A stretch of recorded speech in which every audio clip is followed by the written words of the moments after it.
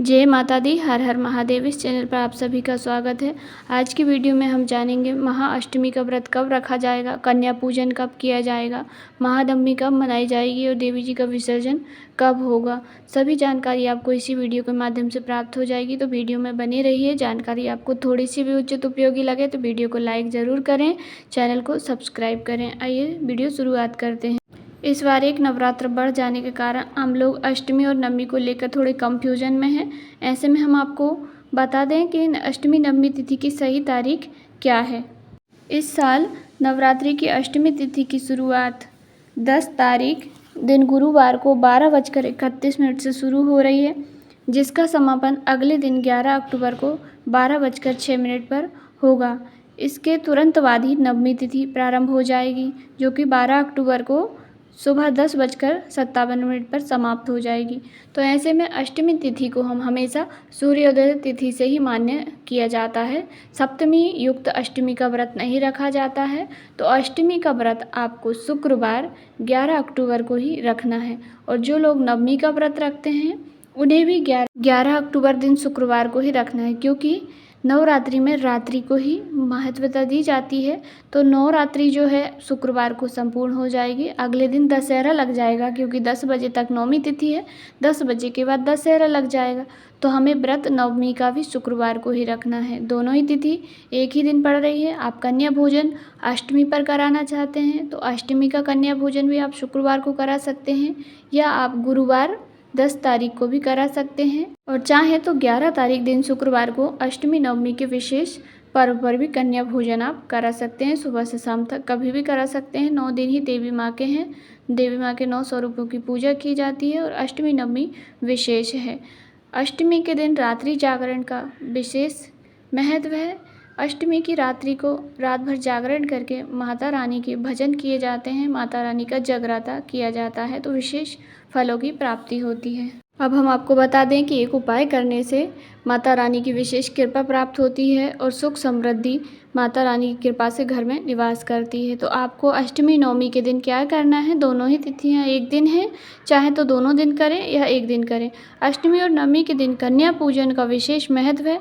9 कन्याओं को देवी दुर्गा का रूप मानकर उन्हें भोजन कराकर और उपहार देना पुण्यकारी माना जाता है।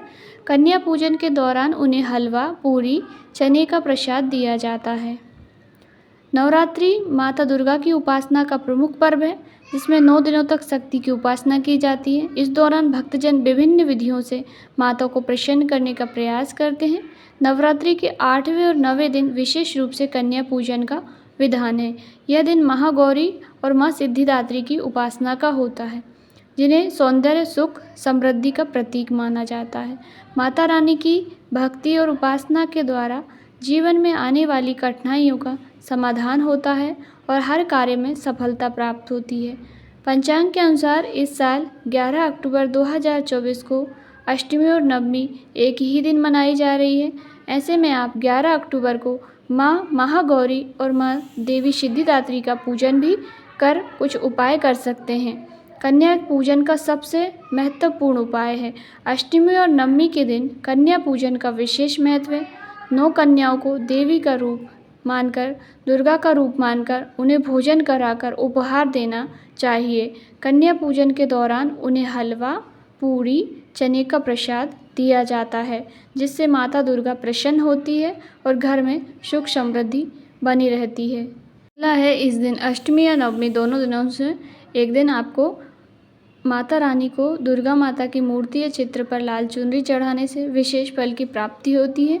यह चुनरी समर्पण का प्रतीक है, और माना जाता है कि इस दिन चुनरी चढ़ाने से माता रानी की कृपा सदैव आपके ऊपर बनी रहती है, आपके परिवार पर बनी रहती है। इससे घर में सुख, शांति और समृद्धि का वातावरण बना रहता है। संध्या के समय शाम को अष्टमी के दिन संध्या काल में देवी दुर्गा की आरती करें और घर के मुख्य द्वार पर घी का दीपक जलाएं। ऐसा करने से न केवल घर में सकारात्मक ऊर्जा का प्रभाव होता है, बल्कि माता रानी की विशेष कृपा भी प्राप्त होती है। माना जाता है कि दीप प्रज्वलन से घर के वातावरण में शांति और समृद्धि आती है और बुरी शक्तियों का नाश होता है। तो आप भी अष्टमी नवमी यानी कि 11 अक्टूबर को शाम के समय शुक्रवार का दिन है। शुक्रवार का दिन वैसे भी बहुत पवित्र पावन होता है, माता लक्ष्मी का आगमन होता है शुक्रवार को। तो शुक्रवार को अष्टमी नवमी के पावन अवसर पर शाम को अपने घर के दरवाजे पर अपने ही घर की ओर बत्ती का मुख करके लंबी बत्ती का दीपक अवश्य माता रानी के लिए प्रज्वलित करें। इससे माँ आपके घर में आएंगी, सुख समृद्धि घर में छा जाएगी। कन्या पूजन की विधि। कन्या पूजन करते वक्त आपको इन बातों का ध्यान रखना है। अष्टमी नवमी जब भी आप कन्या पूजन करा रहे हैं 10 या 11 अक्टूबर को, तो कन्या को बुलाने के बाद जो भी कन्या को आप निमंत्रण दें, छोटी छोटी सी कन्याओं को आपको निमंत्रण देना है। 10-11 वर्ष तक की कन्याओं को आपको निमंत्रण देने के बाद कन्या जब आपकी आ जाएं, कन्या पूजन का आप संकल्प लें। कन्या पूजन में आपको क्या क्या खाने में बनाना है। चने की आप सब्जी बना सकते हैं, पूरी, हलवा, खीर इत्यादि सात्विक भोजन आपको बनाना है। घर में कन्याओं के आगमन पर जैसे ही कन्या आए तो सबसे पहले साफ़ पानी से उनके चरण धोएं, उनके पैर धोएं। इसके बाद कन्याओं को आसन पर बैठाएं, उन्हें हलवा, पूरी और चना खिलाएं। कन्याओं द्वारा भोजन खत्म कर लेने पर उनका हाथ धुलवाएं और आसन पर बैठाएं। इसके बाद उन्हें चंदन का टीका, रक्षा सूत्र बांधकर चरण स्पर्श करें। उन्हें क्षमता अनुसार फल, कपड़े इत्यादि दक्षिणा देकर विदाई करें। लाल चुनरी आप उड़ा सकते हैं, पर लाल वस्त्र ज़रूर दें उनको। एक छोटी सी चुनरी आप दे दें, या दक्षिणा स्वरूप भेंट में आप कुछ भी उन्हें सामान गिफ्ट में दे सकते हैं। चाहे तो कुछ पैसे ही उन्हें गिफ्ट में दे सकते हैं, एक आध फल भी दे सकते हैं। जैसे आप फल में कोई भी फल आप दे सकते हैं, केला दे सकते हैं, सेब दे सकते हैं, जो फल आप लाए हैं, पर फल के साथ दक्षिणा देकर उन्हें विदा करें। कन्या खुश होकर हमारे घर से जाती हैं, क्योंकि माता के स्वरूप में होती हैं और खुश होकर जाती हैं, तो हमें आशीर्वाद प्रदान करके जाती हैं। ऐसा माना जाता है कि कन्या पूजन से माँ अपने भक्तों पर हमेशा प्रसन्न रहती हैं और सभी मनोकामनाएं पूर्ण करती हैं। तो आप भी अष्टमी नवमी में से एक दिन कन्या को पूजन अवश्य कराएं। नवरात्रि में कन्या पूजन का विशेष महत्व है। जानकारी थोड़ी सी उपयोगी लगे तो वीडियो को लाइक ज़रूर करें। देवी माँ माता रानी का आशीर्वाद आप पर और आपके परिवार पर सदैव बना रहे। जय माता दी।